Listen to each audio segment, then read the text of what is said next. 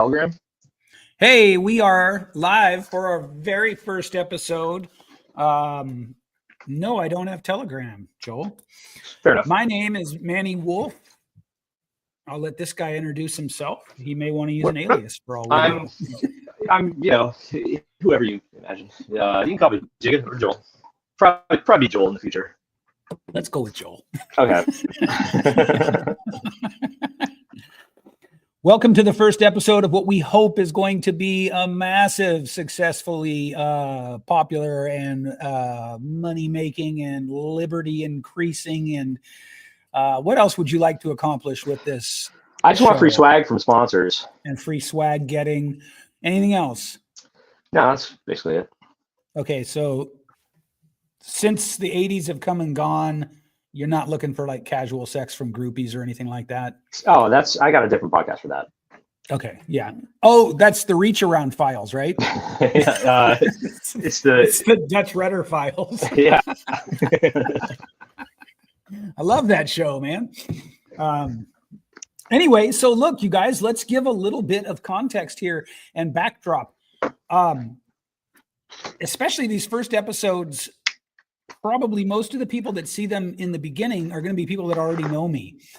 Some of you won't be surprised at some of the things that I say and the opinions I share. Some of you will be surprised and you will hate me because you'll be disappointed that I don't share your views. And here's the reality. The reality is I am not sort of adherent or beholden to one side or the other on pretty much all of these issues that we like to fight about on social media, but I definitely want to unpack them. And for my money, as long as you can be even half as funny as you are when we're bantering about on social media, you're like the best other person to host this show of anyone I could think of. So here's what I want to kind of jump into today. And we'll just let it go wherever it goes. But really, I need to unpack with somebody else what I've watched happen with this insane political situation that we find ourselves in. And it's really interesting to me because now I don't know if you know this, Joel, but like I was literally born and raised in a cult. And I didn't know that. Yeah, I was. And it was what's called a New Age cult. And so there's a quick difference here between New Age and the other kind of cults are like basically they break down into New Age and militant. Right. As the two loose definitions of cults. Really, the difference is one is much more strict than the other. Okay. So the militant types of cults are very, very strict. There's laid back cults. Yeah, there actually are. They are. It's can I get their phone number? You'd have to go back in time for most of them because I don't know like what the current sort of trend is, but you know, this was back in the end of the 60s, early 70s. Right. We were just a bunch of stoned hippies. Was this a cult I've heard of? I don't know. You ever heard of the One World Family? I mean, that sounds familiar, but that's just some like power words, you know. Those are power words, aren't they? Yeah. Yeah. So probably not. Yeah. Key buzzwords.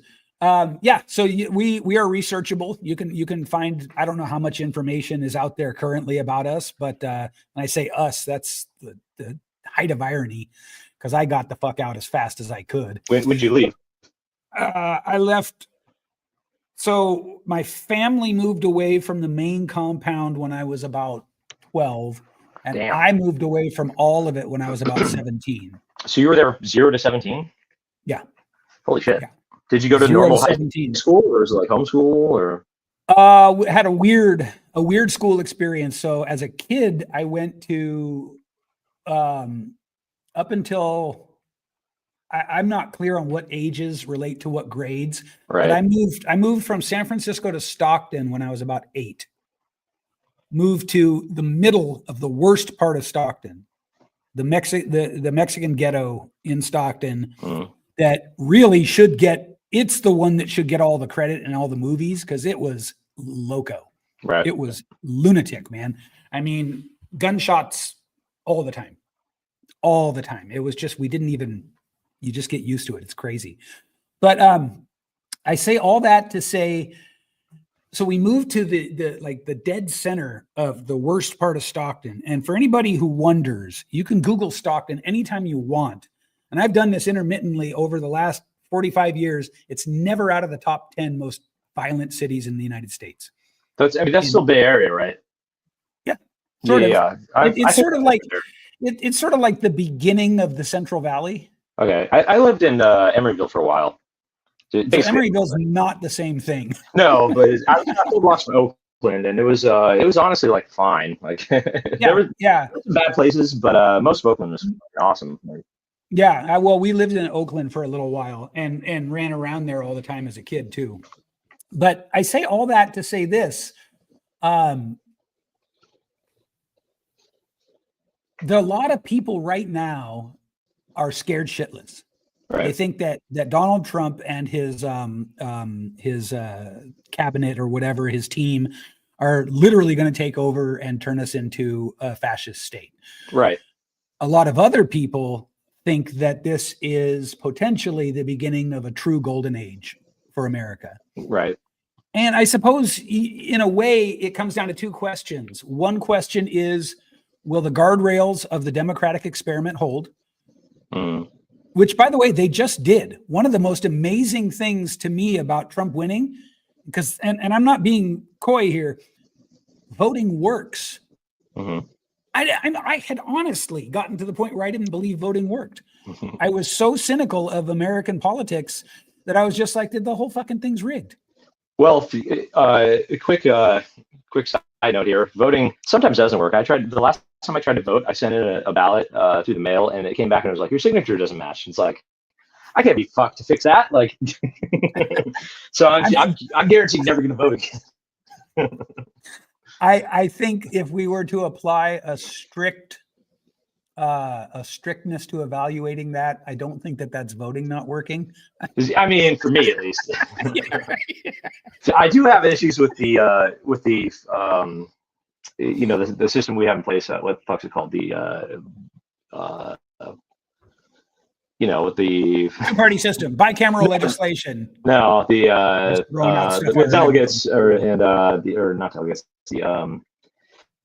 Fuck, I've had a long week. The electoral voting system. The electoral college thing? The electoral college, there you go. Yeah, I was going to say electoral middle school, but I knew that was wrong. Your instinct served you well. This whole electoral middle school, man, it's rigged. Other than that, I think it works pretty well. I mean, it's no system's perfect. I think, but I don't. I'm not talking about opinions here. I'm talking about myself and a lot of other people too. We're literally at the point where we just didn't think that, like that our vote counted. We didn't think that like people, fraud sort of stuff. Like, no, not fraud necessarily, just the game. Because that was rigged. Like there was minimal of that. Well, the game is rigged. I mean, no matter which party wins, it is rigged on some level. I mean, I honestly don't think so, man. I honestly, as of this election, prior to this election, I believed that. I'm speaking much more broadly. So just the way that the world works and the way that information is, disseminated and stuff, it's definitely rigged in a way. That doesn't necessarily mean it's rigged towards one party or the other. It's kind of fucked. The true original democracy, like everybody had to participate, and like they would just randomly fucking pick somebody and like, hey, you're head of fucking weird toilets or whatever we got in Rome or whatever, or Greek or I think you better give some context here. So back in the day, I think it was ancient Greece. They like literally in a democracy, meaning like landowning white like men, not slaves, etc. They all had to participate. They all had to vote. They all had to actually participate randomly, sort of like jury selection in government. At least I think that's the case. That's never gonna work. I mean, obviously, you have too many people. Well, I think there's a lot there. Like, so what I'm talking about, I think we could say in the last 100 years. I do think we could, but even maybe 50 years or whatever, modern times, right?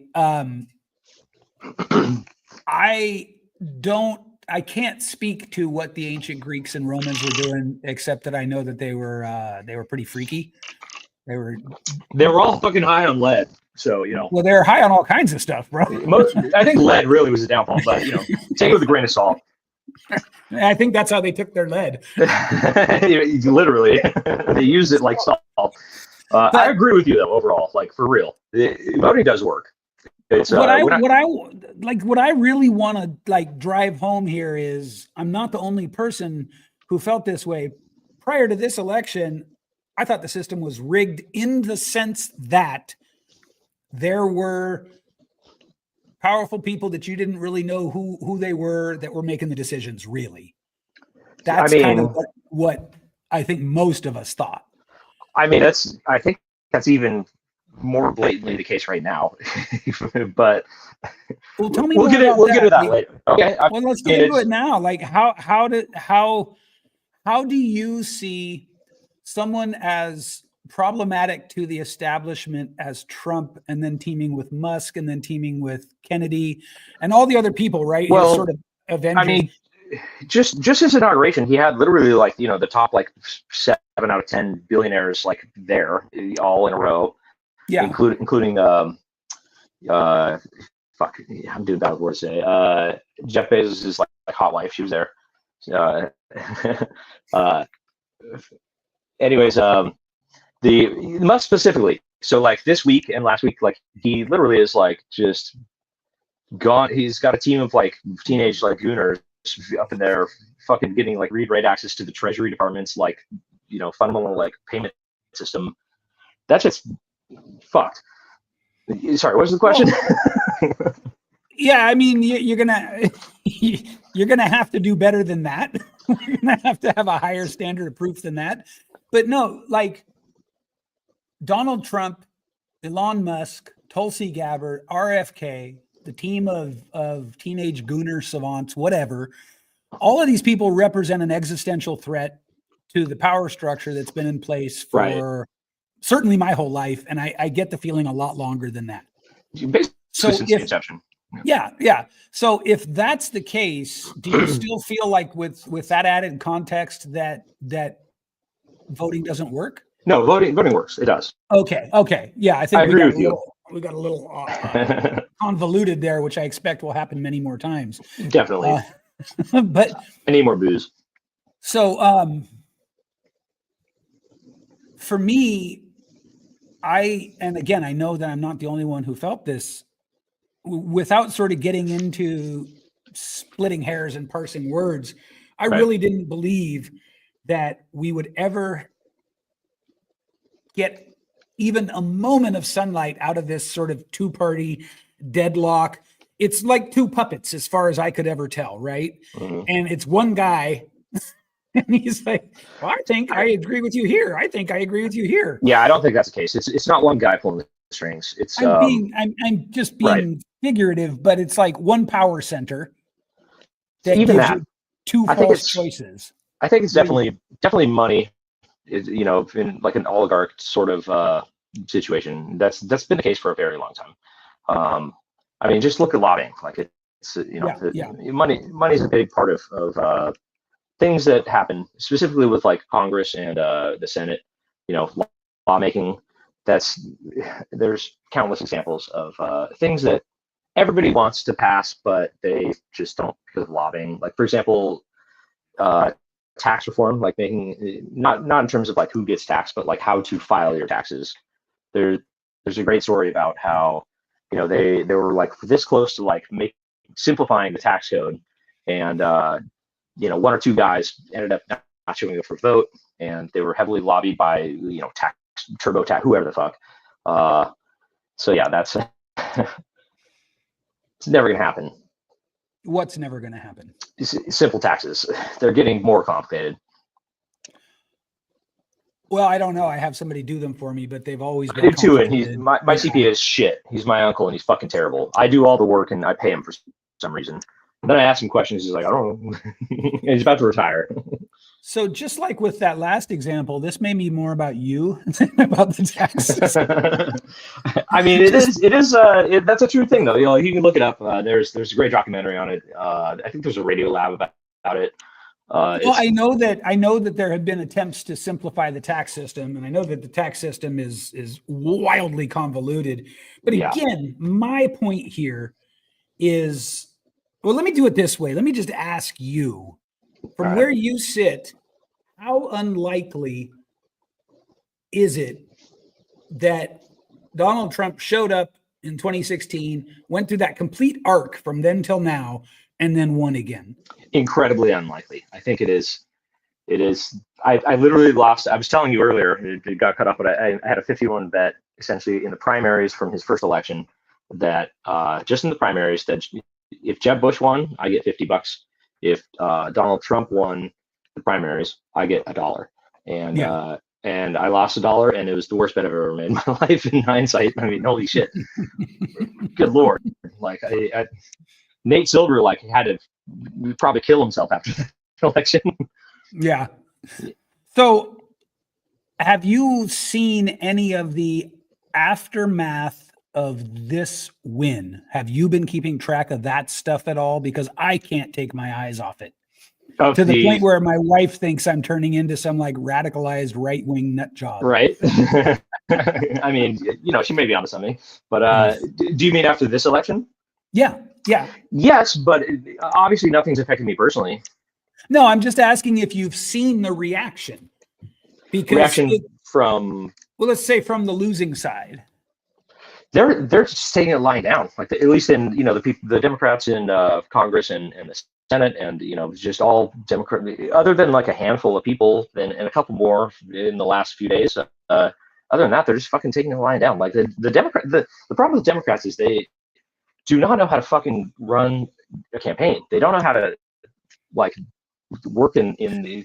Well, they need a stronger sort of cohesive like central message than anyone but Trump. They kind of have one, but they're just spineless. Like they just. Would you care to tell me where it is? Well, I don't know. I haven't seen they should. I mean, it's based on the last 10 years or so. They should kind of take a page out of the playbook from the Republican, the core Republican Party, and be more like them. They're not though. They're just getting walked over. Now that's interesting because I don't see it as them laying down, and I don't see it as them getting walked over, but I see it as the end result is the same as if they were doing that. They're passive. They're too passive. I disagree with that too. I'll push back on that. They focus on things, but it's the wrong things. There you go. They're doing this in the most boomer way possible. They're so out of touch. The Donald Trump is obviously not in touch, but his whole system is very in touch with what people want to hear, what they want to see, how to reach them, these sort of things. The fucking Democrats are just we'll just do like we did, the last 2 decades. It'll be fine. That part is where we definitely agree. They've also, so here's what I was trying to pitch you a slow, fat softball over the plate, but apparently you stepped to the plate blindfolded. After the election, I'm talking minutes after it was official that Trump won. Right. We can talk about Joy Reid, and I know that you don't have your head in this stuff the way that I can't seem to pull my head out of it. I sort of do. Yeah, I follow it. I try to stay out of politics, but I do follow it. So here's what I saw Joy Reid specifically do once it was official that Trump had won. On national television, she told all of America that we voted for Trump because we're racist and sexist and misogynistic. So that's incorrect, obviously. Obviously incorrect, but it's wild because she's not a person of no influence, right? Who's Joy Reid? She's a CNN something. Oh yeah, I don't watch that shit. You are not making this easy on me, man. Fuck CNN. Fuck Fox. No, but that's the point, though. That's exactly the point. A lot of people watch it. No, it's not even that. It's like they get their ass handed to them for running on a campaign of you're racist, you're sexist, white men are bullshit. Yeah, all they this shouldn't have done stuff. that. Yeah. Well, I think you're right. I agree. The one angle they should have kind of leaned more to was the weirdo aspect of a lot of the people on the ticket. Other than that, like, yeah, it's Well, say more about that. well, JD Vance specifically, he's a fucking weirdo. Now, have you listened to the guy talk? Yeah, he's a fucking weirdo. No, but have you really listened? Because there's something where I immediately didn't like him. And if I'm being uncomfortably honest, I hadn't paid attention to anything he said. Right. And then I watched him in a long form interview, and I was like, I got to admit, maybe I'm getting old and turning into a Republican and I don't know it, but this guy is very reasonable. And more than that, I think there's a zeitgeist at hand. I think that there's some kind of as who is it? Vivek Ramaswamy keeps liking to say, we're in a cultural moment. And I think that moment is what the Democrats are. It's almost like they're willfully missing it. It's like they're determined not to see what's coming. They're playing it safe, and they shouldn't be. You think they're playing it safe though? I think that is mainly like, yeah, they started leaning into stuff that like got pulled back, and I think they are just trying to play it safe, and it's the wrong move. Like, Trump's not playing it safe. Like, he's fucking innovating. Like, it's seriously like crazy. He's innovating like at rapid speed. He's testing the limits of everything. Literally everything from how to campaign to literally the Constitution. Like, it's everything in between. Well, and what I think is kind of incredible to watch. First of all, there's a couple of things. One is on most everything that is what they call substantive. He hasn't changed a single opinion in the whole, 12 years from 2016 till now, 10 years. He hasn't changed his opinions on anything. Right. This was very hard for me because, again, I am a dyed-in-the-wool liberal. I really am. That's the way I was raised, anyway. I presumed you were super liberal, honestly. Yeah, or progressive at least. And I thought I was. But then the Progressive Party, it was like we were all hanging out and they just fucking pulled off their Twilight Zone masks. And all of a sudden they're like fly, lizard, bug creatures. And it's like, oh, remember how you said you supported equal rights for everybody? And I'm like, yeah, fly, bug, lizard creature. I remember that. Well, now that means you have to be okay with minors having sex changes without telling their parents. And I'm like, wait, hold on, fly lizard person. What are you talking about? And it's like, so all the things that were sort of hallmarks of a good liberal ideology, right? Whatever that means now. All the big ones got sort of perverted, like they got subverted. So how is it that you're telling me that I can't be okay with my friend being trans without also supporting gender affirming care for minors? Yeah. So not every Trump supporter is a racist, sexist, right. List goes on. However, that list, everybody on that list is a Trump supporter. It doesn't go the other way. I'm not even convinced about that anymore. I don't know. How many like solid racists that have voted, Democratic?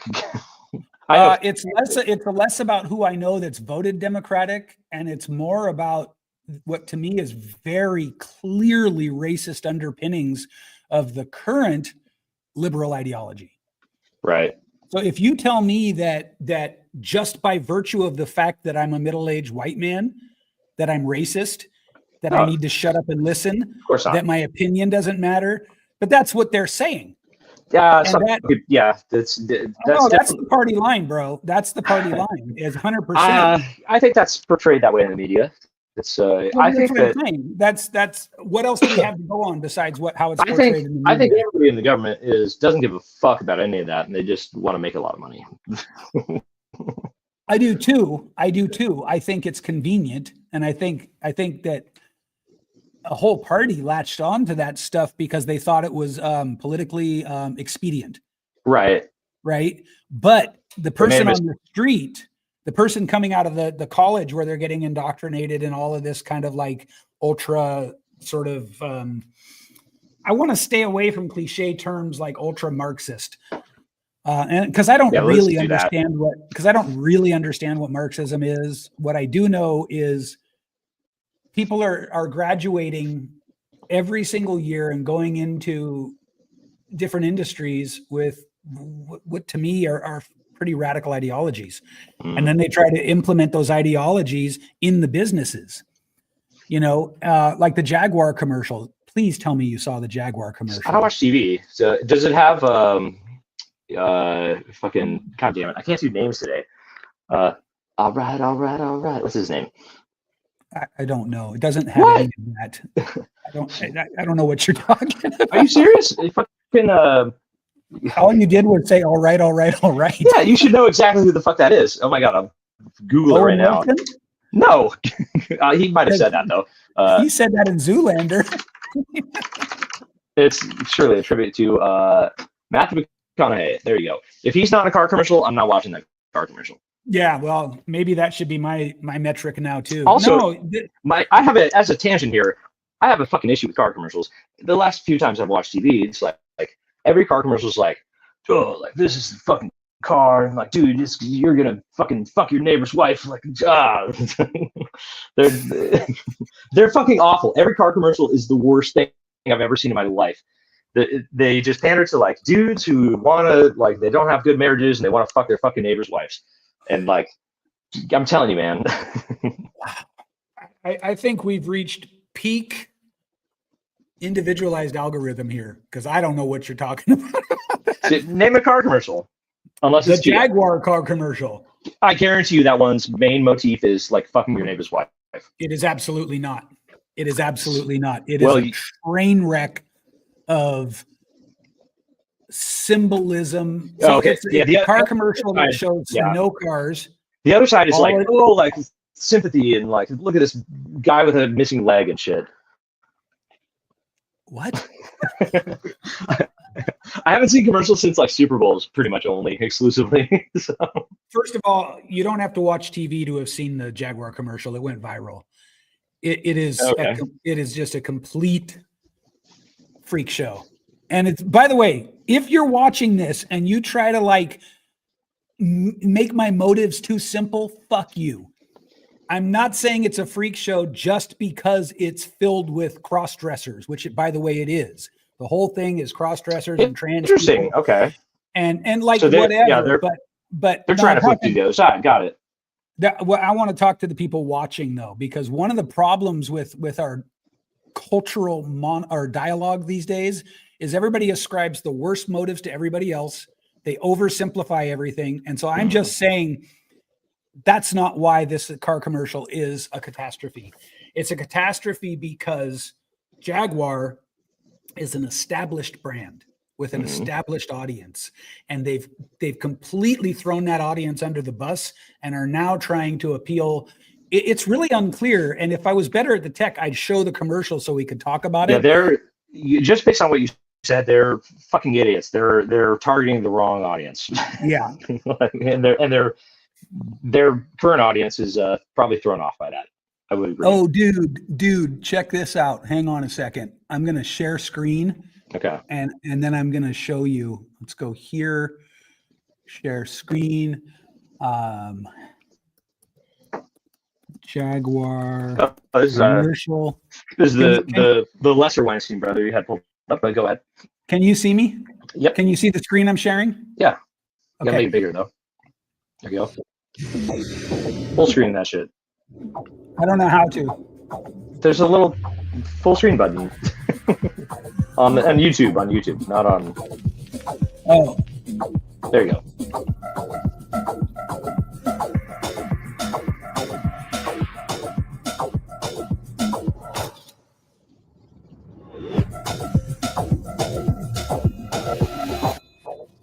I mean, what the fuck?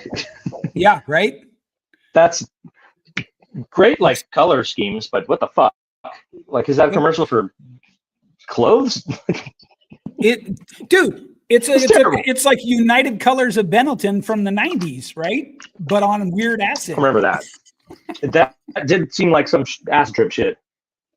So that is a direct result of Jaguar hiring people who are more sort of like wanting to push social agendas than make cars. Right. But I still want to fuck my neighbor's wife based on that video you showed me. But that's you. The rest I of don't us, know. I don't think the rest of us get the feeling of like, oh, there's a bunch of men in dresses. I'd like to go fuck my neighbor's My wife. neighbors are all gay. Maybe that's why. Maybe that's it. Yeah.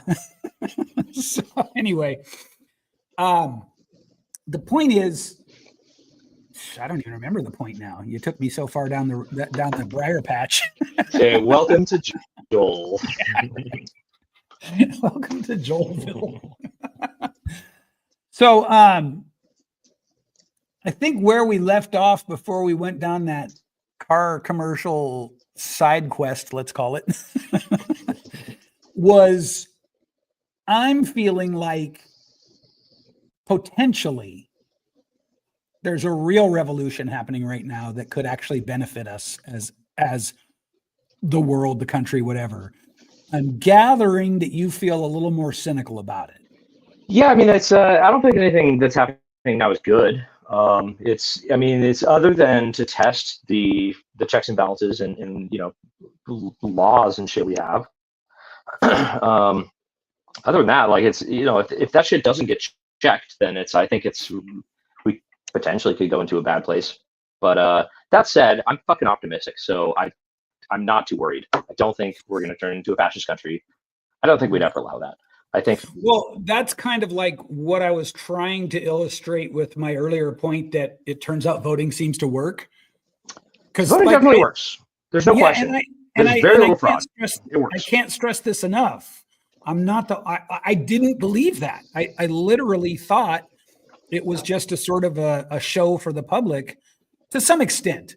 Here's what I thought. I thought it didn't matter really at the end of the day if Obama beat McCain or McCain beat Obama.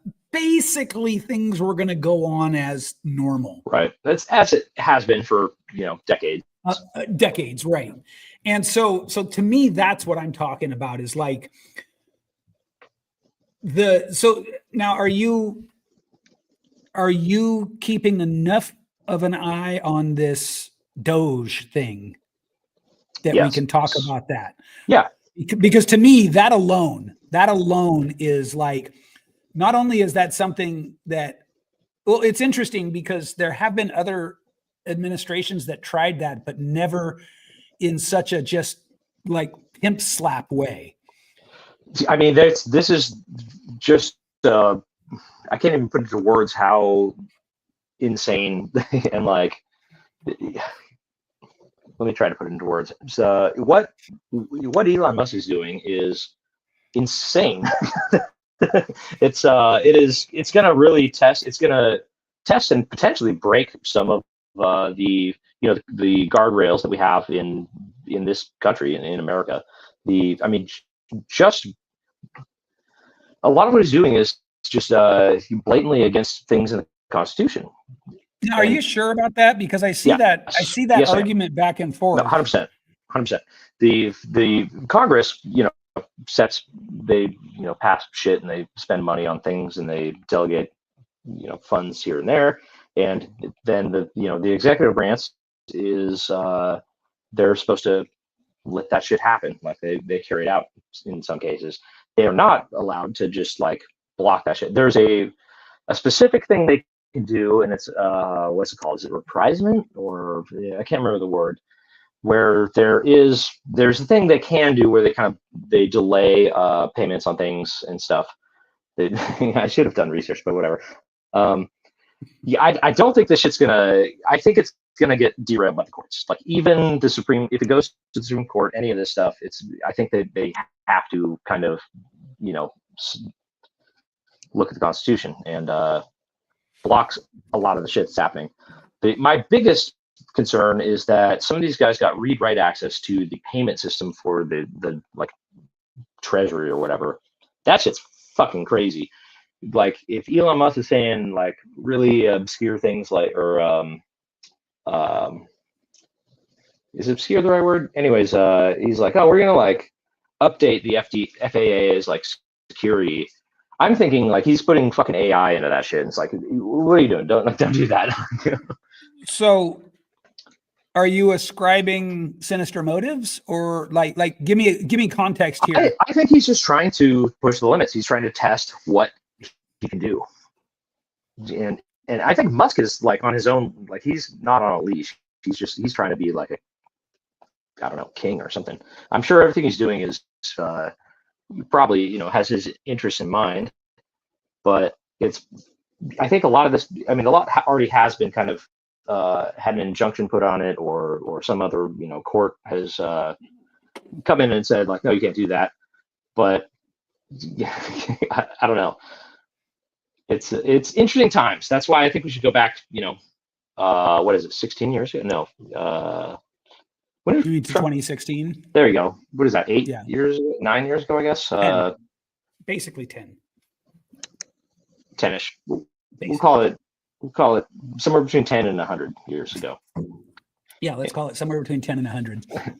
I think that's what we should really pick apart, because I have a lot more, everybody has a lot more clarity on you know, things that happen. There's yeah, et cetera. What we're talking about now is like literally like live news. Like shit is literally something new happened yesterday. And well, it's the thing that I'm trying to get at is fundamentally, is this similar to things that have happened before, or is this truly as unique as it seems to me? It seems to me to be unique. Now, I think there's one of the exceptions. things. Go ahead. What's that? Some of the things he's doing, and I hate to fucking be this guy, but some of the things that kind of are coming to play can be compared with the 30 years before the Nazis took power. I don't want to be that guy though that like brings up Nazism and shit and like calls somebody Hitler. Not doing that. But objectively, like when it comes to fascism, like some of this shit is just textbook, and it needs to be checked by, you know, the other powers of the government. And that's well, and I hope it does, and I think it will. Yeah, one thing that I'd like to just say at a for the record level is I don't want the Democratic Party to be destroyed. Well, I have struggled with this. Tell that to them. I know. So AOC, if you're listening, shut the fuck up.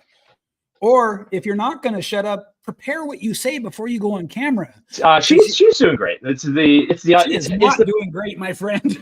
I honestly haven't heard nothing from her actually, but the ones that are saying nothing. Maybe that's why you think she's doing great. Well, she's a little hot, so you know. She is hot. She is hot. I got a bias, but the ones that like Chuck Schumer, like that motherfucker needs to go. Like, holy shit. Did you see him try to do the Kumbaya chant on the news? Please tell me you at least saw that. I saw him and Maxine he tried to Waters literally do yeah, he literally tried to get the crowd to do a chant. Oh my God. And he's so bro. He was doing a nasally chant, yeah. Mm-hmm. No, it's not even that. It's how clearly old and enfeebled he is. It's like physically hard for him to go like this. And so that's all of the Senate and Congress. I know. But I'm just saying, maybe know your lane. You know, like I've got a bad knee. You don't see me sprinting. You're right. Because I know my lane. Yeah. So here's the thing. I don't want the Democratic Party to be obliterated because we need a two-party system. Right. Well, we need like a 7-party system. Well, maybe not 7. No, let's go there for a minute though, because I've given this. I really struggled with the two-party system idea all my life, to the extent that I was interested in politics. Right? You know, you sort of adopt the opinions of your parents and your peers, and you just sort of go out into the world with them, whatever. And I was always taught that the two-party system was this big fake thing, which turns out it kind of looks like it sort of was, but that's a different thing. But what I'm saying here is this. Anytime your whole philosophy for how we can fix the world, the United States, the country, the county, the front yard, anytime that philosophy has at its root, if only everybody would do or not do X, everything would be okay. Right. You can't have that. That's probably the seed of where fascism comes in. If it's allowed to sort of grow and grow and grow. Sure. But now so what I believe now, and I drew this conclusion myself, by the way. This is sort of my own, I did the work in my own lab. But what I believe now is that tension between the two parties has to be there. And so 100%. Yeah. And so I'm sort of like supporting what you were starting to say a minute ago. I personally don't think that Trump and Musk and those guys have bad motives. It's just a personal feeling. And I've really sort of examined this too in preparation for our first episode here, because I wanted to sort of come in ready or whatever, but I just don't. I think they definitely do. Trump specifically. I get that. There's been a lot of retribution, like obvious, blatant, like super little retribution. Here's another lens that you can look at those same behaviors from that isn't as nefarious. And it may be right, it may be wrong. I don't know. I'm not pretending this is right. He might be, because this is definitely a characteristic of that guy. He might be just fulfilling the promises he made. I mean, that's part of it too. Do you know what I mean though? Like at first, when he came onto the scene and he first won the election, I'm not even ashamed to admit this. I thought he was the most dangerous existential threat to American life that I'd ever seen. I really did. We talked about moving out of the country because my stepdaughter is half Venezuelan. That's funny. I flipped. It was like, I was like, I bet you he'll like pull a fucking Uno reverse card and like be like super liberal. I was wrong. Well, because in the old days he was super liberal. Yeah, right. Totally. Yeah, before he was political, he was super liberal. But which is weird for him. Like, I think here's what I think. I think that one of the things that I think is a huge mistake with that guy is ascribing simple, uncomplex motives to his behavior. That is true. Like, so people think he's just a fucking idiot. And like, yeah. I mean, you look at him talk for a while and you're like, oh, this guy's a fucking idiot. But like the shit he has pulled off in the last 10 years is train sounds. It's train sounds. But I mean, it's absolutely unprecedented. It's more than you'd expect anyone to be able to achieve. But I don't want to. So just to be clear, I'm not here to like grandstand it and rah for him. I'm just like watching this thing unfold. And to me, it's inescapable that this is a historic figure. Whether you like him or not, right? Very much so. Yeah, no question. Same with Musk, same with Gabbard, same with Ramaswamy, same with Kennedy. These people, those guys are going to get forgotten about. Musk won't be forgotten about. No, he won't. But I honestly don't think what the other guys do. They haven't really done that much yet, but. But see, look at that. Okay, right there. We'll see. No, listen, check this out. You're judging them based on 2 weeks. Right. But here's why that's important, bro. Check my math here. All right. With any normal politician, you wouldn't even make an assessment like that until 6 months into their term. Right. Right. And so in 2 weeks' time, they've already fucking just come in and like, I mean, in the old days, we would say, come through like a madman. Just fucking double fishing. Yeah, just running through the party, pimp slapping motherfuckers. You know what I mean? Yeah, basically. And that is what they're doing. And the other thing is that's exactly what they promised they'd do. True. And so for better or for worse, now, I don't want to get into weird Nazi comparisons either. I think, by the way, for the record, that the way that the woke, activated, agitated activist people have watered down the word Nazi, to me, now it means anyone who disagrees with you. I literally saw in print someone calling Jews Nazis. I'm not even kidding, bro. Like, how contorted is your thinking if you're comfortable saying Jerusalem is full of Nazis. That's insane. However, they are doing a fucking genocide right now. They are, but it's crazy on its face anyway. Right. Right? You can't say that. I would not compare them to Nazis. Never. Like it's a different thing. Yeah, and so one side of the political aisle ruined that word, but I don't want to make those comparisons anyway.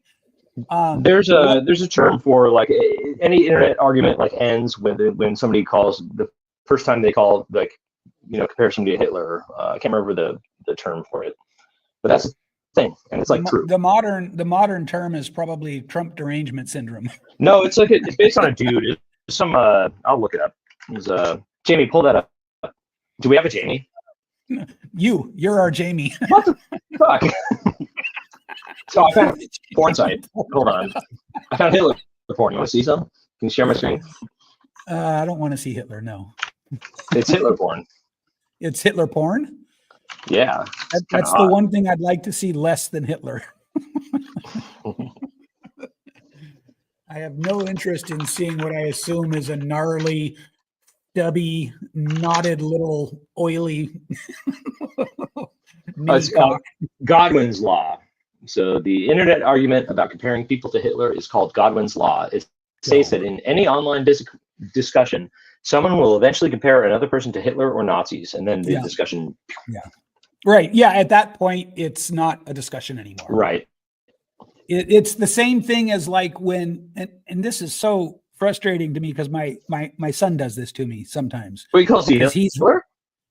Bear with me. He doesn't call me Hitler. He does this other thing where, and this kid is unemployed, by the way. How old is he? He works 1 day a week. That's not important. Let's stay on topic. Let's call him 6. He's 22. Okay. He comes to me with all of this. I'm just going to call it this woke stuff. Right. Right. And when I push back on any of it, this unemployed 22-year-old who lives on his mom's couch says, I don't have the time to do the research for you. You're describing me when I was 22. But what I'm getting at is this. Anytime somebody's argument is, I don't have the time to do this with you, or I just can't with you, it's already over. Right. It's the same as when somebody calls somebody else Hitler in a conversation. Exactly. It's no longer not an a conversation discussion. Right. Yeah, exactly. So here we are, 2016, business as usual. I still was a huge Obama fan back then. He was a great president. Like, I thought he was a great president too. He did a lot of shitty things, but he was a cool guy.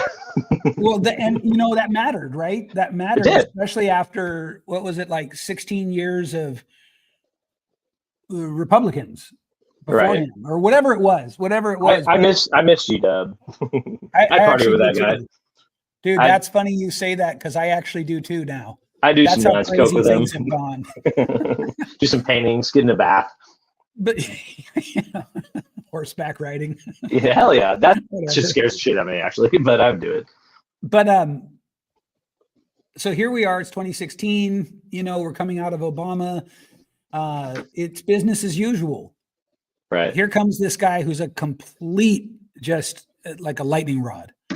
Just a complete lightning rod. He starts calling shots on everybody. He called shots on his own side. He crucified the other side. He crucified his own side too. Yep. And so he comes in and basically, I'm paraphrasing here because I wasn't in the room. He basically says, I'm exposing all of you, both sides. And fast forward now 10 years, 4 years of everything the United States could throw at him, including 2 assassination attempts within a month. That shit was nuts, by the way. We got to go over that in a different episode. Yeah, this one, another one, all of them. I got to talk about that, man. So now he is, and again, like for you guys watching, some of you are going to be pissed off that I'm saying this because I don't really reveal my sort of thoughts on the political thing on my social media until now. But whether you like him or hate him, this guy is a man of history. This guy is a force multiplier. The only other person I've seen who's a force multiplier like him is Elon Musk. Why do you call him Elon? That's his name. It's not Elon? Oh, you're gonna really? Elon. You're gonna fuck with my pronunciation, my California boy pronunciation. I call him Elon. Okay, I'll call him Elon. There we go. But yeah, so it's like those classic sort of out of touch arguments. Elon Musk doesn't do anything, right? Oh, he does a lot. He does all of it. He does all of it. But you'll still see people say, well, he didn't invent the Tesla. He didn't even found the company. He didn't found the company. Yeah. He didn't. It was However, here's the thing. This is what people miss. It is inescapable that with him, that thing succeeds. Without him, that thing fizzles. Dude, their fucking stock prices are like, I think their current price, even now, is all the other American car manufacturers' public stocks combined. Yeah. Yeah. And above it by quite a bit. Yeah. And, you know, you could make the argument that he himself didn't build the rocket and then build the tower that catches the rocket that can now land on ground again. I think his best work is in SpaceX, honestly. Well, I do too. Maybe. I don't even know, because quite frankly, Neuralink may not be huge now. That's going to be a big deal. That's going to be world changing if it that is going to be. Well, here's the thing. And this is this thing about all of his stuff is it's all meant to push the world, the whole world up a whole level. Right. Like he's trying to up level humanity. You know what I mean? He has like pure goals. He really does. Yeah. He wants to get off this planet. He wants to link us up, in our brains and shit to the, all the information that we have. Which is why for me, I'm not worried about his motives with helping Trump. Now, I know that at these arguments, at the bottom of them, they come down to feelings, right? They really do. And I suppose somebody could show me proof that he was sinister, and if it was compelling, I'd believe it. But really, at the end of the day, these come down, a lot of this stuff comes down to just a gut feeling that we then sort of dress up with rational arguments. And I think what he's doing now is definitely there are conflicts of interest that are blatant and obvious and fucked up. And, I say potential conflicts of interest. And you can fight me on that. You can totally push back. You might be right. You might be right, but to me, it's more like I'm more concerned about him faking having, a top like 10 Diablo 4 account and what's the new one? You think he's faking being one of the best Diablo players in the world? No, he admitted it recently. It was obvious, but not just Diablo, but Path of Exiles too. He had like 2 hardcore accounts that were like in the top like 30 or something. And it was just then he live streamed himself playing, and everyone's like, "What the fuck? Like this guy does not know what the fuck he's doing." I got to see that. It's great. It was great. I got to see that because I heard him on Joe Rogan talking about being one of the best Diablo players in the world. Yeah, he has no time for that, especially Path of Exile. Like that shit came out recently. He would have had to spend like 500 hours to get to where he was at. That was my thinking too. Is like, how do you have time to be the best? He streams himself playing, and like there's like a bunch of evidence. So like he's got a thing that's like a tab. It's like Elon's Maps. It's like why would you call it that? Like it's just maps. It's your account. And then him playing, just he didn't know what the fuck he was doing. And people, as soon as he went live, people were hitting him up for trades, and it would automatically respond in Chinese. I got to see that. Yeah, I don't know anything about that. He finally admitted though. He's like, yeah, nobody could do this without paying Chinese players to do it. It's like, no shit. So let's try to stay a little on track though. No promises. Yeah, I know. And same here. What I see, because again, at the end of the day, I just sort of don't feel like he's got bad motives. I don't. He meaning Trump? No, he meaning Elon Musk. I think he has. I think he has ultimately good motives, like on the higher level. Yeah. At the same time, I think that as you go down the abstraction layer, I think that he definitely does. He's doing things with not ill motives, but self-serving motives. I don't know, man. I don't know. I think it's a fair argument to make for sure.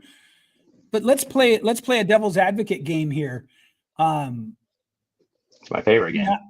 And I don't know how mismatched we are in sort of being up on this stuff, and I guess we'll find out. But I have been listening a lot to. Are you familiar with Mark Andreessen? No. He is the VC guy who funds tech startups. He is part of Andreessen Horowitz. Oh, I've heard of that. Capital. So he's doing a lot of podcasts right now.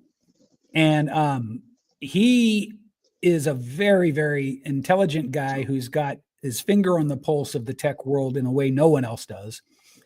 And, like even as I'm about to say nice things about this guy, the little sort of well-trained liberal in my head goes, he's a billionaire. You can't trust him.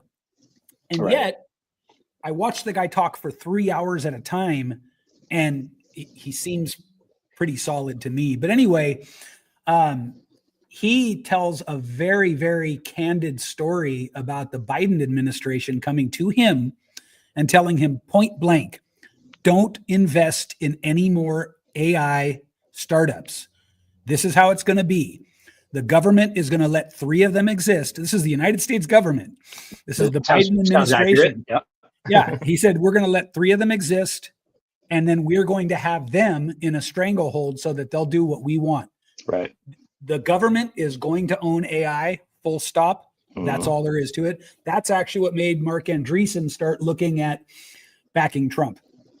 I mean, this is the new Cold War, the AI. And but should we be having a Cold War in our own, against ourselves? When we're already having one against, you know what I mean? It's not against ourselves. China came out and fucked everything up.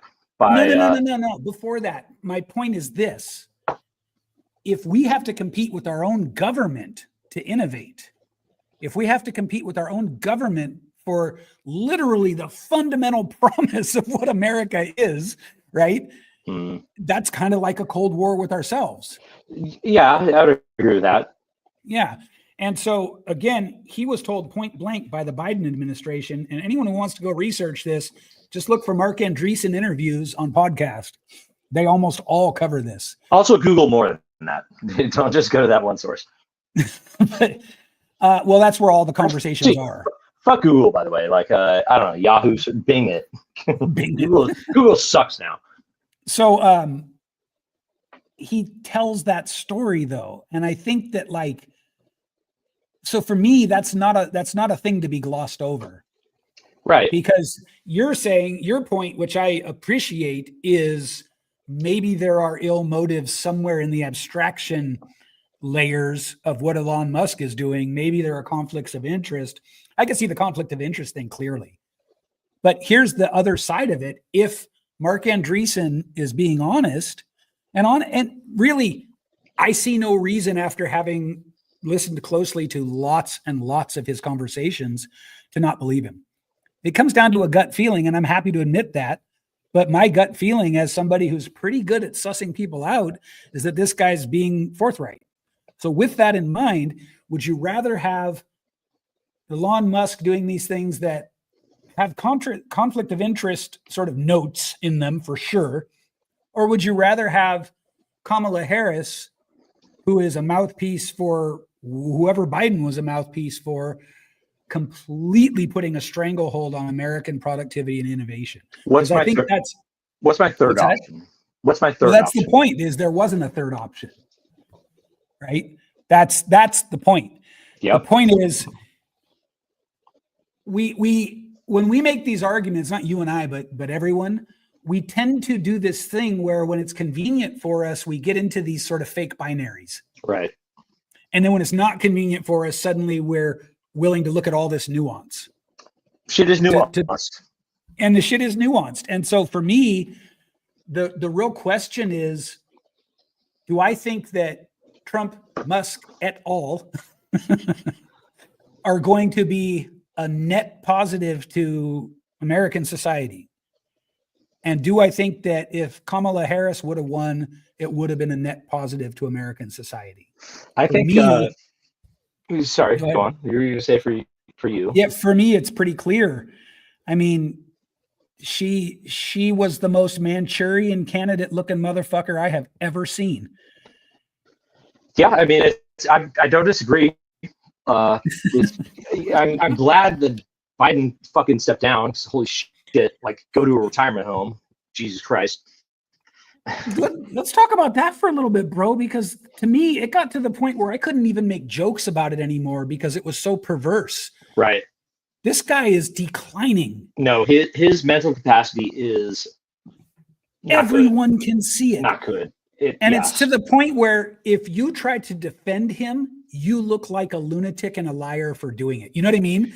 Yeah. Because they were at the point with Biden where it was like, who are you going to trust, us or your old lion eyes? You know what I mean? The Democratic Party should have not let him even think about running again. It should have been clear from day minus 150. Even the first time, to me, bro. I mean, I go back to those debates with him and Trump where he's kind of not quite sure where the camera is. And I'm not trying to tease the guy. You know, I'll tease somebody of sound mental faculty, but to tease him felt cruel. No, that guy's got dementia. No question. Yeah, I know. And it forgetting about the constitutional crisis that creates, forgetting about the potential, what? You know? He cannot be our leader. Yeah. And I honestly don't think he was even up for it the first time. I mean, he had been trying to get there for a minute. Yeah, 40 something years, man. It was always his pretty clear goal. He's been in politics for a long time, and he was like, finally, it's my time. Yeah. It's too late. Yeah, exactly. And it sucks. And that's the way it goes sometimes, but it was too late. You shouldn't have done it. And I know this is politics at large, but the things he said about Kamala Harris when he was running against her. Right. It was he went hard in the paint. You know what I mean? But how many push-ups can he do, you know? Right. Yeah. I guess. I bet it's a lot. I bet it's at least 50. You talking about me or him? Him. I bet you could do at least 40. Again, me or him? Let's do some guns. Yeah, you do 40. Easily. I can do more than 40. I can do a fucking lot more than 40. Okay. I'll out push up Biden every day of the week. Yes, a jack at the end of that. I could do infinite sit-ups, but push-ups, I don't know, maybe 70. Then you're beating Biden too, I bet. Pull-ups, 3-ish, solid 2. Solid 2. I can solidly think about doing them. That's just hard. Yeah. Well, that used to be my whole jam was sit-ups, pull-ups, push-ups, and sprints. That was my whole jam. I probably should have run for president. Yeah, there you go. You know, just a platform of physical fitness. But yeah, no, man, I feel like it's the wrong lens to drill down into the minutia now with the Trump team, right? Because they're in. It's right. The horse is running the race now. Yeah. And so criticizing how he started is sort of, it is what it is. And I would say that to anyone, by the way. Well, I think the only valid criticism is the blatant, illegal things that are happening, or illegal is maybe the wrong word. Things. Yeah, because there's not proof yet that anything's illegal. Oh, I mean, it's his first day. The executive orders that he passed, a few of them are just literally go against our Constitution. And the Republican Party, they bang their chest about Constitution and how they love it and shit, and they apparently don't understand it because.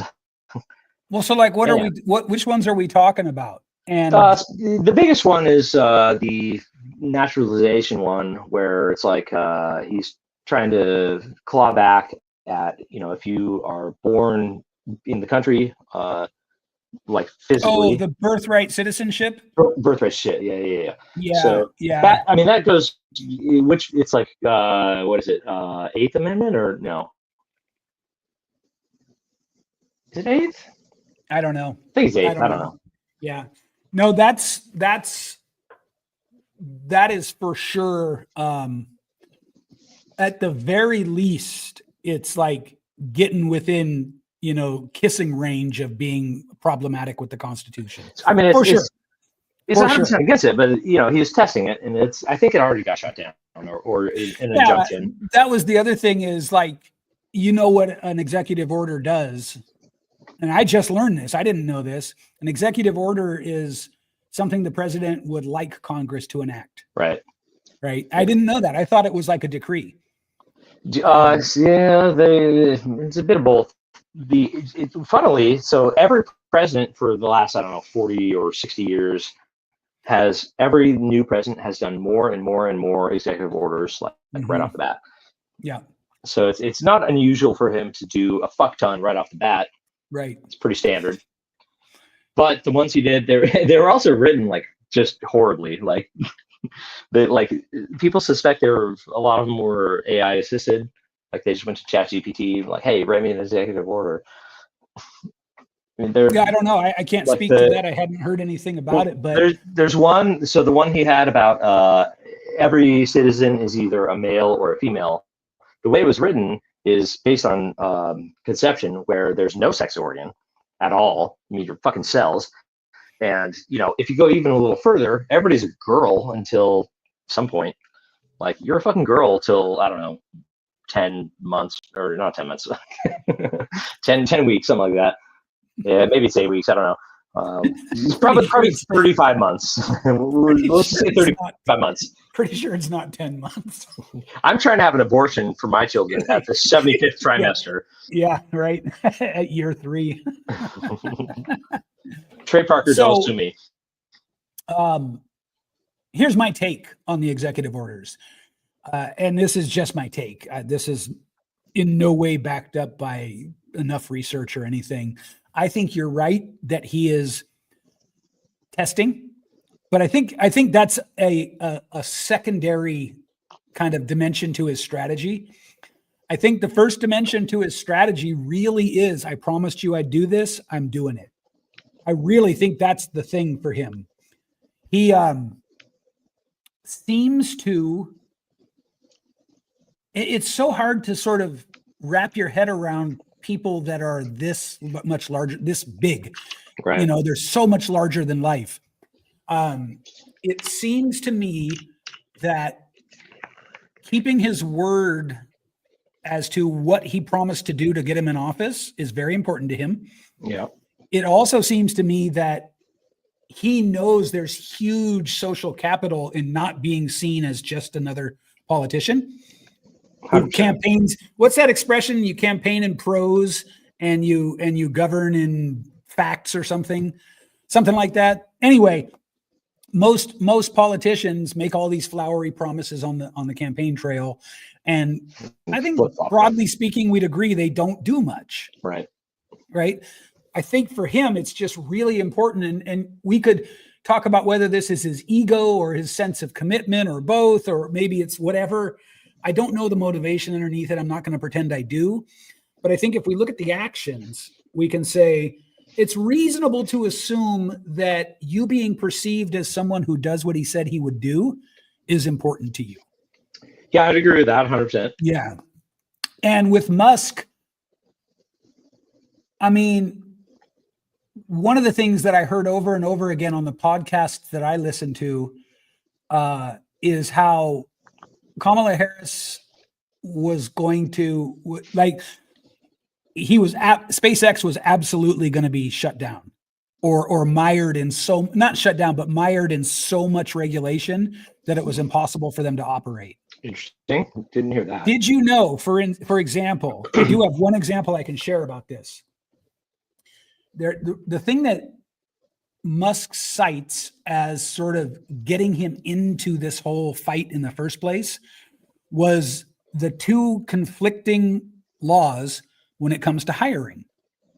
So on the one hand, because SpaceX is considered national security, they have ultra strict hiring guidelines.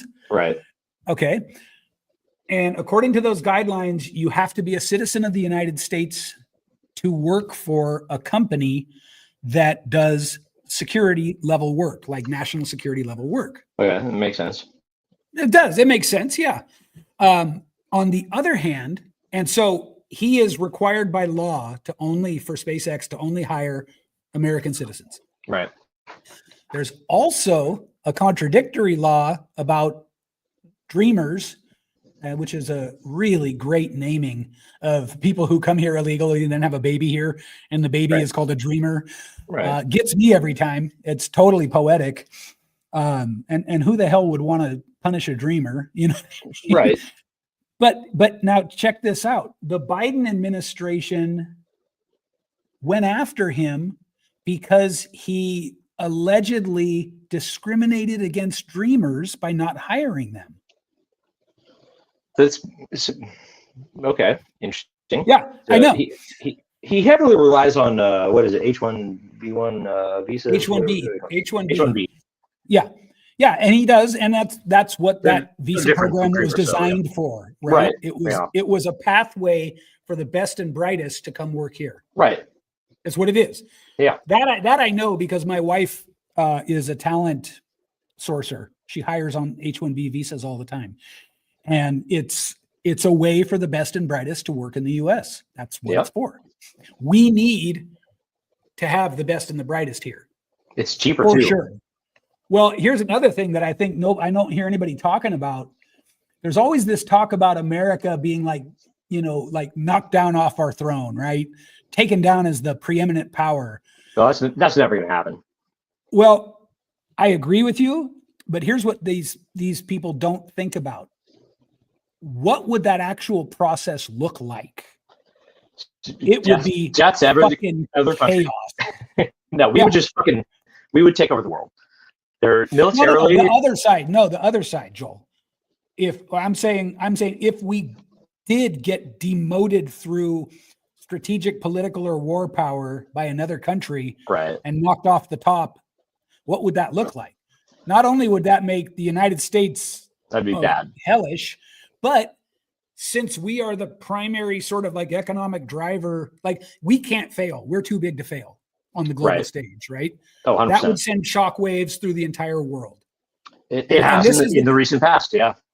Well, this is the kind of stuff that these guys aren't thinking about when they're complaining about like U.S. dominance and everything. It's like whoever is the dominant power, you got to be very careful about trying to displace that. Right. Doesn't matter if it's us. Doesn't matter if it's fucking Kubla Khan and Xanadu. You know what I mean?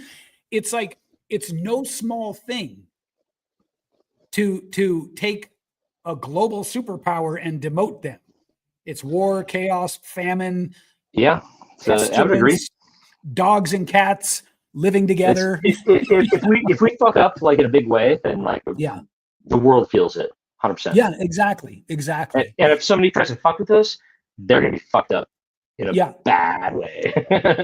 and so like that's been part of my own journey in all of this stuff, is realizing, because I was raised and indoctrinated to believe that the United States was evil, capitalism is evil, anything else is better than this. I gotta Google this. It's cool. Well, I mean, basically it was just a form of stylized communism / Marxism. It really was. It was this experiment in trying to create a little utopia, and it failed miserably. As it generally does. Yeah, it failed predictably. Yeah. You had the one charismatic leader, you had the acolytes, you had the people below that. It was exactly the kind of structures we see. That works for 25 people to 500 people tops. After that, done. We got to about 70 people at our largest. It didn't work for us at all. So small group, 25, that's the cap. 100%. Yeah, maybe. I don't know. What I do know is I was indoctrinated into a mindset that said capitalism is evil. They took it one step further and they said that the devil was using money to destroy the world. That's the kind of shit I was raised in. Why would he need money? Look, those conversations didn't have a lot of call for rationality, okay? I mean, it makes sense. Devil is the first word, so, you know. Yeah, right, exactly. And so I've come from that all the way around the sort of base of the mountain to this viewpoint that I'm lucky that I was born in the US because it is the preeminent power. But no matter who the preeminent power is, it is massively unrest. It's catastrophic if that power moves to second place. It's like tectonic plates shifting, right? It's not a small thing. Yeah. And that's why I get so peeved at these sort of like, it's like fleas complaining about the quality of the dog fur of the dog they live on. Well, that's fair. No, they could complain about that. Yeah, but I don't have to like it, do I? Who are you, boss? Like, I mean, I'm allowed to say, hey, that's stupid, aren't I? If I'm on a mangy dog as a flea, and I got a family of like 20 or whatever, I don't know how many eggs they have, I'd be pissed. So, with all that as backdrop, for me, I'd much rather roll the dice with someone who has proven that they can get things done like Elon Musk does versus more of just what I might conveniently call the bureaucratic swarm. I would say that I generally agree with you. Not specifically in the situation we're in necessarily, although it's, you know, all it'll play out. Like I said, I don't vote, and the fucking world can figure shit out. World's getting better. Every year gets better in like every category, pretty much. You know, a little bit of this. That's another thing we should talk about, man. Yeah. Oh, 100%. 100%. Yeah. The world's getting better. Yeah. And there's, you know, there's spots that are, you know, that dip, but it's trending up 100%. It's like the GDP line, right? It's like the Bitcoin line. Well, it's it's not infinite growth though, but yeah, very similar. And I would agree with that 100%. The specific things that are happening now, I would say, are insane. And like, I honestly, what I want for a president, like my ideal president, is a Churchill that's swearier. Just a fucking foul mouth, sailor mouth. So, Churchill. Well, setting aside the foul mouth part, where do you feel that Trump misses that mark? I'd be interested to hear that. Where do you feel he's not Churchilly enough? I mean, he can hardly talk. You think so? One. Yeah, he rambles. So? He rambles. He does. So let me ask you here: have you seen any of his long form interviews and conversations? Yeah, of course. You have. Yeah. So you're okay. I'm just checking. He can talk, but like he also like has a habit of just like fucking rambling, which is like, I love it. Like I want to, you know, I can't get enough. But now, did you hear him sort of reveal that is actually part of a strategy he uses? He shouldn't have revealed that, because I think it honestly is part of his strategy. I think it is too. And, you know, again, I was appalled when he first came on the scene and listening to the way that he was like talking to the public. Right. I was just like, Jesus Christ, you can't even string 10 words together. You're right. And then I had what I call the very fine people on both side moment. You know what I'm referring to with the very fine people thing? It's like really hot girls. You are so clueless. God damn it. Okay. Or remember the why does it have to be just two? I'm straight as fuck, but I'd smash.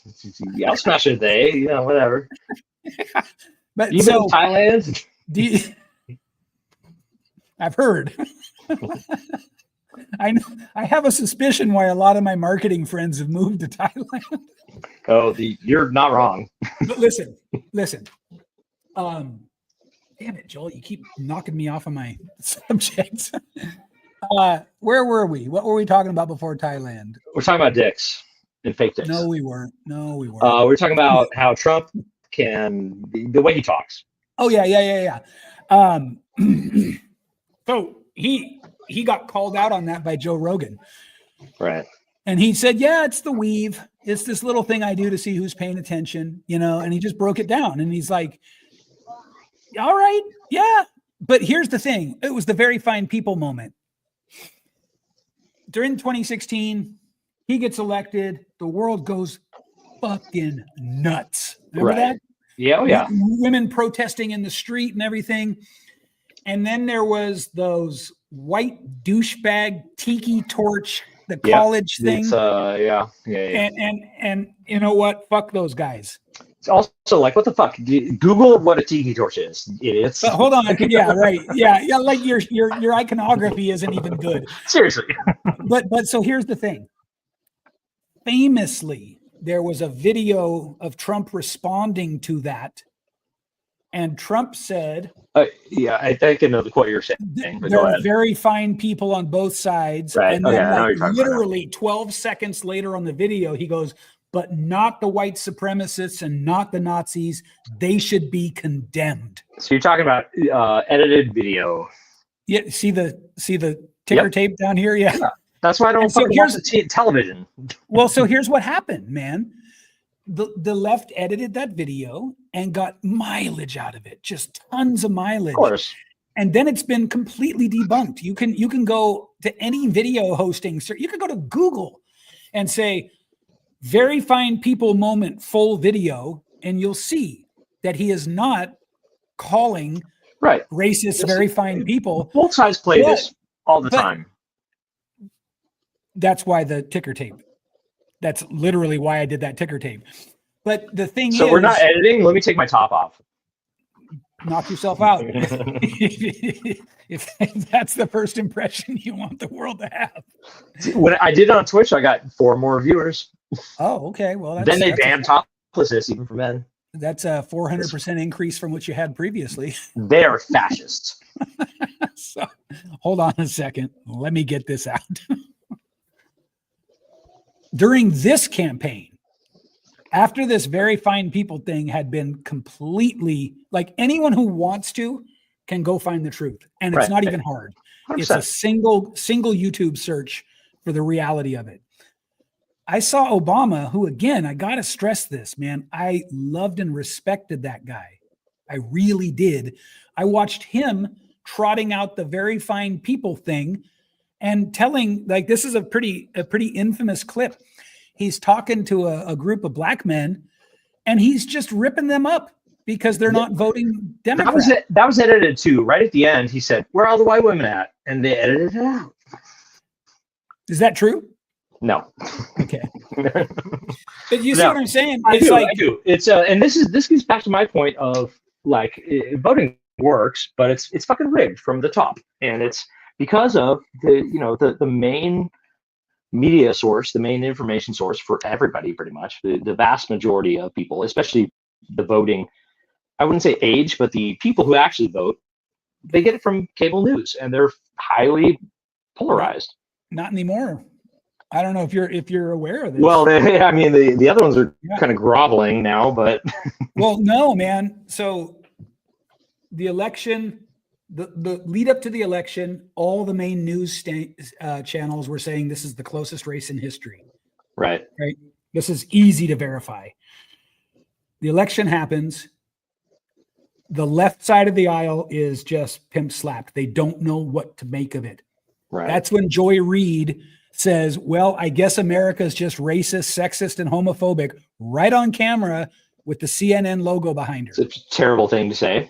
That's a terrible thing to say. Yeah. Plus, more than being terrible, it shows no sense of reflection. It shows no sense of being in touch with what the people actually wanted, which is expressed by the million % agree. Yeah. This is their downfall for sure.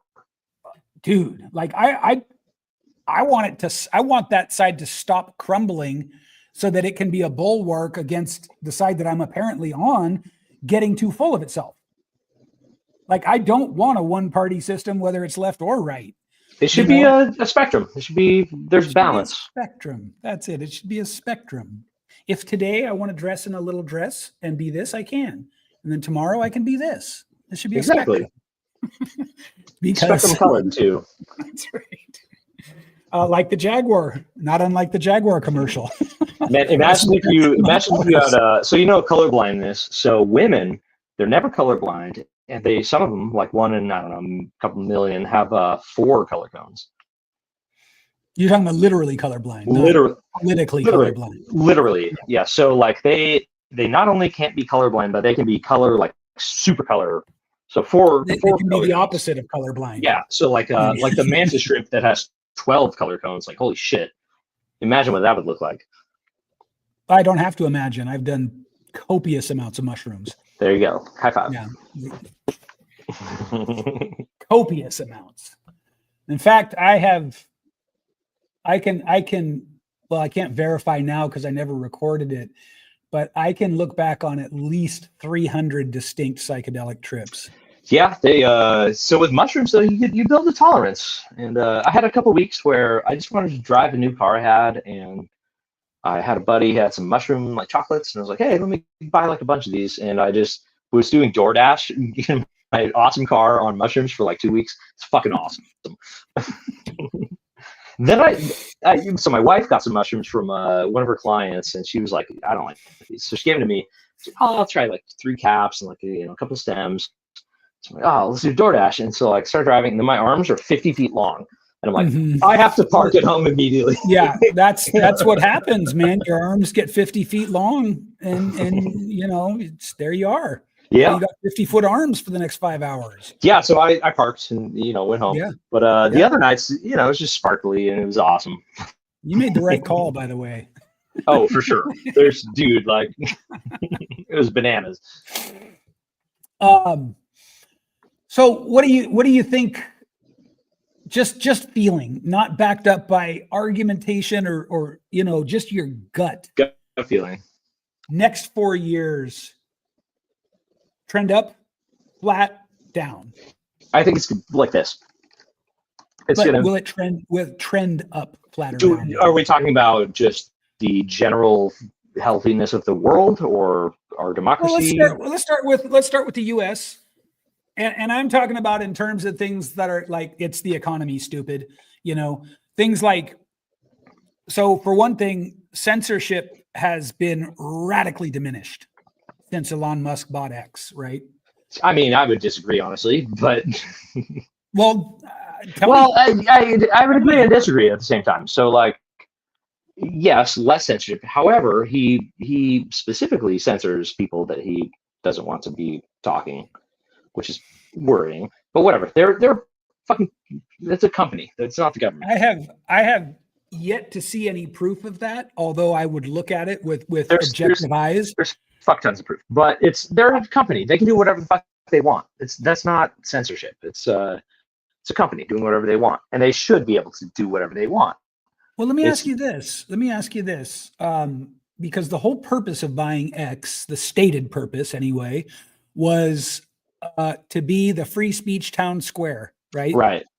Yep. Do you think that he is achieving that, or are you saying that there's proof that he's actually censoring people that he doesn't agree with? Because I would say his yes thing and no. Point blank is whatever the law defines, and I saw him arguing with Don Lemon about this. Whatever the law defines as free speech will be reflected on the X platform. He's not accomplishing that. No question. No question. All right. He did reinstate a bunch of accounts that were, censored, I guess. But then, again, like none of this has shit to do with the First Amendment because they're a fucking company. They can do whatever the fuck they want. They're not the government. Weirdly, though, now, like he's kind of in the government, although not officially. Although now officially, I guess. It's weird. It's a weird space. But man, he really fucked Twitter up. I'll say that. So I don't go on Twitter. Here's what I've seen, and this isn't from Twitter X itself. This is from data compiled. Twitter prior to the buyout was about 70%. liberal, 30% conservative. Now it's Oh, about shit. 50-50. Yeah. Oh, I thought it was the other way around. Okay. Nope. And so now it's about 50-50, objectively speaking. Well, I would say now it's about 80% bots, 20% people. I can't speak to that, although what I will tell you is I suspect that's not true. Dude, go on Twitter, bro. Well, I mean, how would I even know? If I go You'll on Twitter, know. how will You'll I even know. know it's a bot? You'll know. Like, as soon as you have a few hundred followers and you post something, like all your responses are gonna be obvious bots. It's Okay. All right. it's Well, nuts. let's say it is that. Whether it's bots or not, what I can offer to this topic is that it is more balanced now. I mean, maybe. That's that's probably not data. Probably not That's inaccurate. Yeah, that's aggregated user data. Sure. You know, so whatever people self-identify as politically. Setting that aside for a moment, I'd be interested to see if and how he is censoring people he doesn't like, because that would surprise me. And it's blatant and obvious, and I can look up and send you some obvious examples. There's fucking tons of it. I'd be curious about that, because the whole stated purpose was to give us a place where we weren't being censored in our conversations, right? Right. And now I get that what that means is you get probably 80% just foul, repugnant shit, because that is what free speech is, right? It's the person. Sure. It's not that level though. It's it's still basically Twitter, but there's just a ton more bots, and they no longer will ban just blatantly Nazis and shit, which I agree shouldn't just be banned. Like, they should be able to have a voice as well, even though I disagree 100%. They should have a voice. I mean, but I think of that classic example of the ACLU in the 60s, or is it the Southern Poverty Law Center, who defended Nazis' right to assemble? Right. Free speech is free speech, or it's exactly not, right? You know what I mean? I disagree with you, but I'll defend with my life your right to say it. Yeah, exactly. I feel like that's a great summary of free speech right there. 100%. And that's also one of those things where I didn't realize the risks of not having it until I saw all the deplatforming around COVID and all that stuff. And I just watched, I had experiences of watching a video and having it taken off of Facebook as I was watching it over and over again. That tripped me out, man. The problem now with Twitter is that Elon specifically, well, it's not a lot of people, but people that literally go against whatever he says, or says something he doesn't like, he'll deplatform them. He'll suspend their account. He'll remove their blue tag. And does he? This is interesting to me. Does he give a reason why? No, I mean, maybe it's I don't know. It's been a while since I've been on Twitter, but if you go to their account, I think it'll just say it's suspended. Won't give you information. But it's fucking blatantly obvious. It's just clearly him censoring people, and it's not a lot of people, but some. Who is it? You gotta let me get you a list. It's there. Yeah, because I definitely would like to see more about this. There's a fuck ton of it going on, but that said, that's not widespread. So it's he has, to his word, unbanned a bunch of accounts that are Nazi sympathizers and fucked up accounts that Twitter should have banned, but he's no, they need to be heard because free speech. But at the same time, it's not about the First Amendment when it comes to a private company. That's not what the First Amendment's about. It's about the government. I think that's potentially a whole conversation. Because I agree with you, except nobody you have to. Here's my thinking. This is my thinking. When something as unusual and novel as social media emerges on the scene, I feel like it requires a reevaluation of the laws because of the way it functions, right? So I never thought much about this until I started seeing the deplatforming and the censorship, but I guess I'm a free speech absolutist. And what I mean by that is I feel like I now understand the incredible risks of not letting people have their opinions publicly. I would agree. And Yeah. however, I think that there's another step is required where something like Twitter, where it's this massive platform, or at least it used to be, that, you know, it plays a big role in, you know, geopolitics, honestly. All the social media platforms have enough power to influence things. Right. And so there should be laws put in place to regulate what you cannot do to censor things. That seems fair to me, honestly. But as of now, that's not the case. It's the First Amendment doesn't apply. They can do whatever the fuck they want. Yeah. And I think that the only sort of reasonable path forward is evaluate and perhaps make new laws that are responsive to the new situation. I agree. And also the algorithms that drive these things should be regulated as well, because they're just straight up set to evil. Like, it's like not evil, like it's like not evil, money plus evil. So I think you and I talked about this quite a bit in preparation for this show. You watch a lot of YouTube, right? Fuck ton. Me too. I'm getting to the point where I'm like, maybe too much. I say in my list, it was like 550 channels. That's right. Yeah. But so here's what I'm seeing. Their algorithm is, I mean, you watch one thing and suddenly everything is filled with it. So like last night I discovered like a corollary to the woodworking channels that I enjoy. Yeah. And it's the channels of people who do the milling of the trees. Right. Fucking so cool, man. But I watched one video of a guy milling a tree and everything like 10 videos. Now it's all the millfluencers. Yeah, millfluencers. That's right. Now I just got to figure out how to find the algorithm that connects me to the milfluencers. Milfluencers. I can show you some milfluencers, but milfluencers, I don't know. Oh, I feel like you're just being deliberately provocative. Yeah, I mean, when am I not? Yeah. So again, though, what do you think on balance 4 years from now? US, are we in a better place, the same place, or a worse place? As the US, honestly, roll the dice.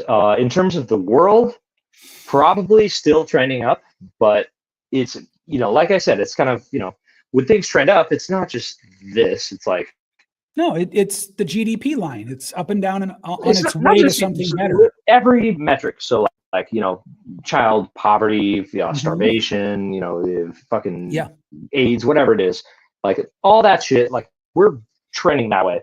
And I think it's going to be like this. Yeah, of course. But it's still trending up. So that's what trending up means, just so we're clear. It's like, it's not a straight line, it's a jagged line. Yeah, like doing regression or just just fucking finding a line in a graph. Like shit will. I have faith in humanity. We got a lot of people, too many probably, but you know, we'll have another topic on eugenics. but I'm not gonna say whether I'm pro or against, but you'll find out in another episode. But are you familiar with the comedian Jim Jeffries? Oh, of course. You hear his bit on eugenics, Sweden and eugenics. No. He's like, in Sweden, they just stopped eugenics in 1973. But you can't argue with the results, though, can you? I mean, fucking look at some Swedish people. He's like, I go over there and dear God, they're beautiful. I'll say this, like I worked in a customer support position, like managing the customer support team. And I was like, this is making me lean towards eugenics from all sides of everything. All right. Management, CS support, customers, stop reproducing. I think what we can agree on for you guys watching from wherever you're watching from is that Joel is an awful person. I think that's the only thing we can sort of conclude here. I want to have 14 babies. My wife got like 6 IEDs installed, so it's like an obstacle course to get. I'll get around it. I'll figure out a way. You can do it. If anyone can do it, it's you. Here's Cheers. my prediction. Here's my prediction for the next 4 years.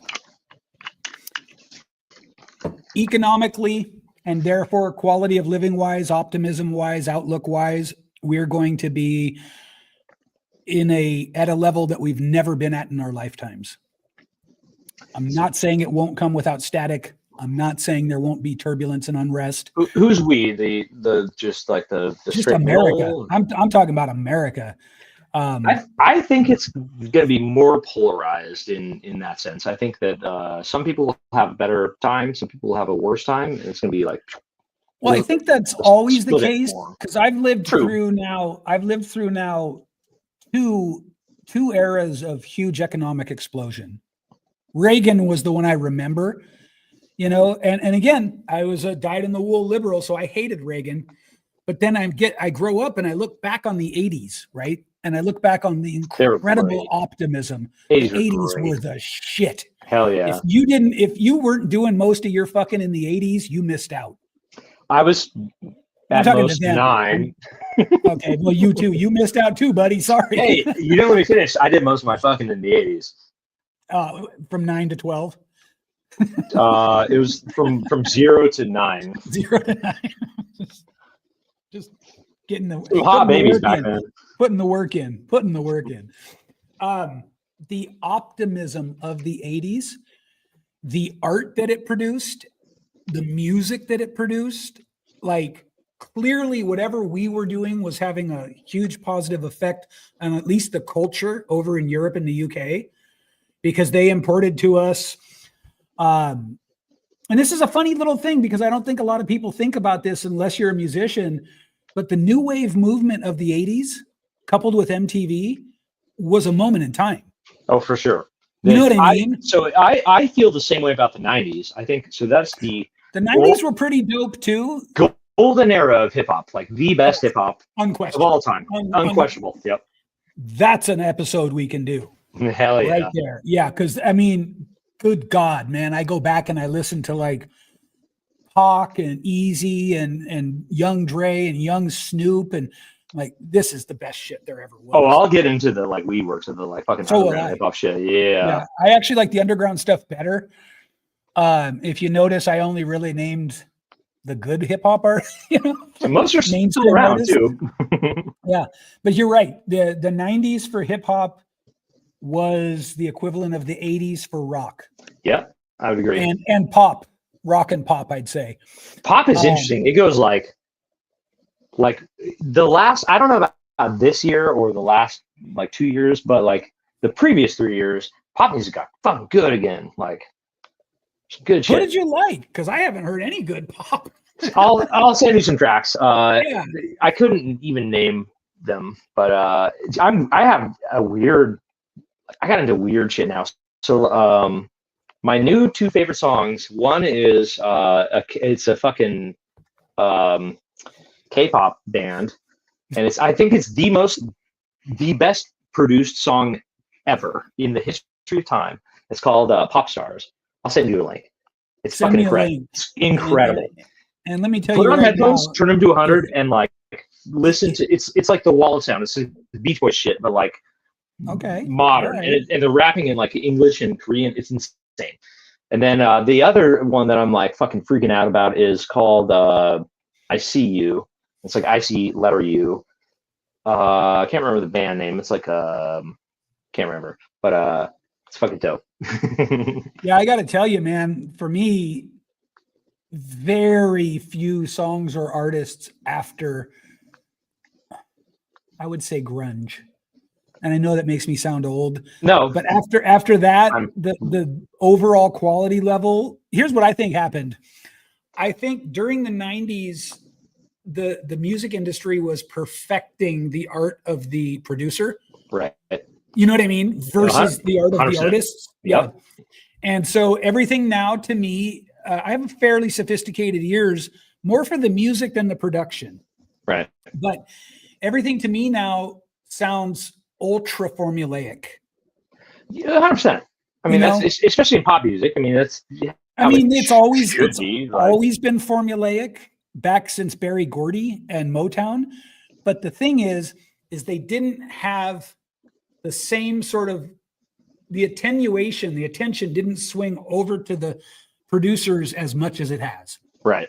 And so there was still a difference when little Stevie would come and sing versus little Mike versus the Temps versus, Marvin or somebody like that. Right. Now to me, and granted, like I don't pay attention anymore. I'm old and curmudgeonly about it now. Me too. 100%. But now to me, it's like the singing hip hop. That's the worst thing I can imagine. Dude, no, the mumble rap. I don't get it. Or the mumble rap. Yeah, I can't stand that either.